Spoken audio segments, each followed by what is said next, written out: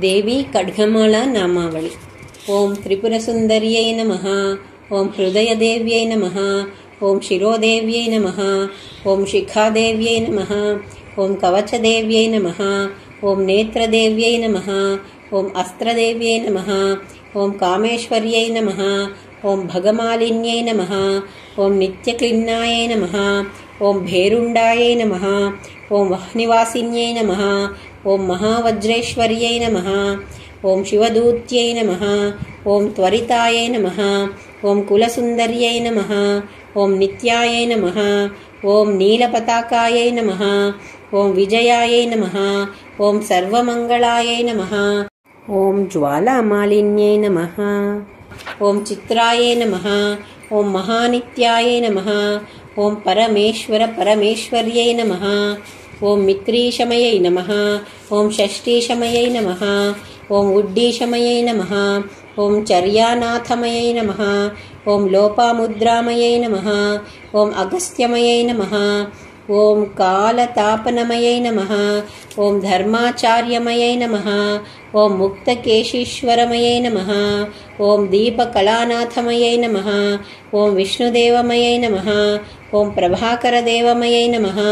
ओं तेजोदेवमयै नमः। ओं मनोजदेवमयै नमः। ओं कल्याणदेवमयै नमः। ओं रत्नदेवमयै नमः। ओं वासुदेवमयै नमः। ओं श्रीरामानन्दमयै नमः। ओं अणिमासिद्ध्यै नमः। ओं लघिमासिद्ध्यै नमः। ओं महिमासिद्ध्यै नमः। ओं ईशित्वसिद्ध्यै नमः। ओं वशित्वसिद्ध्यै नमः। ओं प्राकाम्यसिद्ध्यै नमः। ओं भुक्तिसिद्ध्यै नमः। ओं इच्छासिद्ध्यै नमः। ओं प्राप्तिसिद्ध्यै नमः। ओं सर्वकामसिद्ध्यै नमः। ओं ब्राह्म्यै नमः। ओं महेश्वर्यै नमः। ओं कौमार्यै नमः। ओं वैष्णव्यै नमः। ओं वाराह्यै नमः। ओं महेन्द्रै नमः। ओं चामुण्डायै नमः। ओं महालक्ष्म्यै नमः। ओं सर्वसंक्षोभिन्यै नमः। ओं सर्वविद्राविण्यै नमः। ओं सर्वाकर्षिण्यै नमः। ओं सर्ववशङ्कर्यै नमः। ओं सर्वोन्मादिन्यै नमः। ओं सर्वमहाङ्कुशायै नमः। ओं सर्वखेच्छयै नमः। ओं सर्वबीजायै नमः। ओं सर्वयोन्यै नमः। ओं सर्वत्रिखण्डायै नमः। ओं त्रैलोक्यमोहनचक्रस्वामिन्यै नमः। ओं प्रकटयोगिन्यै नमः। ओं कामाकर्षिण्यै नमः। ओं बुद्ध्याकर्षिण्यै नमः। ओं अहङ्काराकर्षिण्यै नमः। ओं शब्दाकर्षिण्यै नमः। ओं स्पर्शाकर्षिण्यै नमः।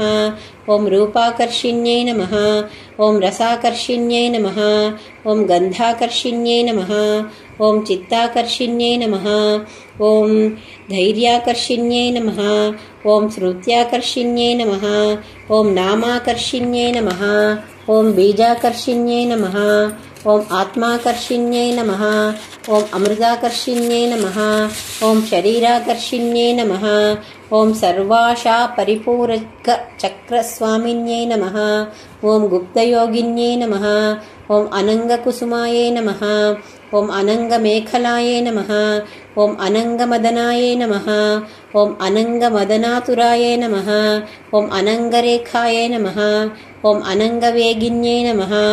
ओं अनङ्गाङ्कुशाय नमः। ओं अनङ्गमालिन्यै नमः। ओं सर्वसंक्षोभणचक्रस्वामिन्यै नमः। ओं गुप्ततरयोगिन्यै नमः। ओं सर्वसंक्षोभिन्यै नमः। ओं सर्वविद्राविण्यै नमः। ओं सर्वाकर्षिण्यै नमः। ओं सर्वाह्लादिन्यै नमः।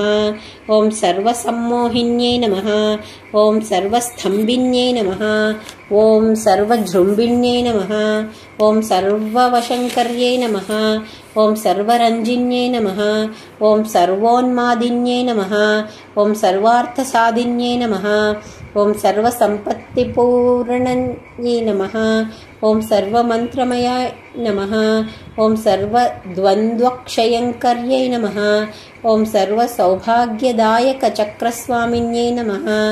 ओं सम्प्रदाययोगिन्यै नमः। ओं सर्वसिद्धिप्रदायै नमः। ओं सर्वसम्पत्प्रदायै नमः।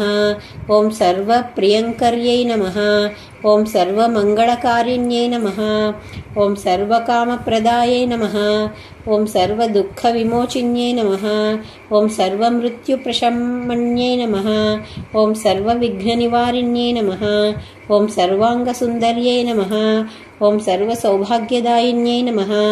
ॐ सर्वार्थसाधकचक्रस्वामिन्यै नमः। ॐ कुलोत्तीर्णयोगिन्यै नमः। ॐ सर्वज्ञायै नमः। ॐ सर्वशक्त्यै नमः। ॐ सर्वैश्वर्यप्रदायिन्यै नमः। ॐ सर्वज्ञानमयै नमः। ॐ सर्वव्याधिविनाशिन्यै नमः। ॐ सर्वाधारस्वरूपायै नमः। ॐ सर्वपापहरायै नमः। ॐ सर्वानन्दमयै नमः। ॐ सर्वरक्षास्वरूपिण्यै नमः। ॐ सर्वेप्सितफलप्रदायै नमः। ॐ सर्वरक्षाकरचक्रस्वामिन्यै नमः। ॐ निगर्भयोगिन्यै नमः। ॐ वशिन्यै नमः। ॐ कामेश्वर्यै नमः। ॐ मेदिन्यै नमः। ॐ विमलायै नमः। ॐ अरुणायै नमः।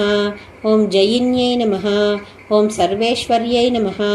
ॐ कौलिन्यै नमः। ॐ सर्वरोगहरचक्रस्वामिन्यै नमः। ॐ रहस्ययोगिन्यै नमः। ॐ बाणिन्यै नमः। ॐ चापिन्यै नमः। ॐ पाशिन्यै नमः। ॐ अङ्कुशिन्यै नमः। ॐ महाकामेश्वर्यै नमः। ॐ महावज्रेश्वर्यै नमः। ॐ महाभगमालिन्यै नमः। ॐ सर्वसिद्धिप्रदचक्रस्वामिन्यै नमः। ॐ अतिरहस्ययोगिन्यै नमः। ॐ श्री श्री महाभट्टारिकायै नमः। ॐ सर्वानन्दमयचक्रस्वामिन्यै नमः। ॐ परापररहस्ययोगिन्यै नमः। ॐ त्रिपुरायै नमः। ॐ त्रिपुरेश्वै नमः। ॐ त्रिपुरसुन्दर्यै नमः। ॐ त्रिपुरवासिन्यै नमः। ॐ त्रिपुराश्रियै नमः। ॐ त्रिपुरमालिन्यै नमः। ॐ त्रिपुरासिद्धायै नमः। ॐ त्रिपुराम्बायै नमः। ॐ महात्रिपुरसुन्दर्यै नमः। ॐ महामहेश्वर्यै नमः। ॐ महामहाराज्ञै नमः। ॐ महामहाशक्त्यै नमः। ॐ महामहागुप्तायै नमः। ॐ महामहाज्ञप्तायै नमः। ॐ महामहानन्दायै नमः। ॐ महामहास्पन्दायै नमः। ॐ महामहाशयायै नमः। ॐ महामहाश्रीचक्रनगरसाम्राज्यै नमः इति देवी खड्गमाला नामावलिः।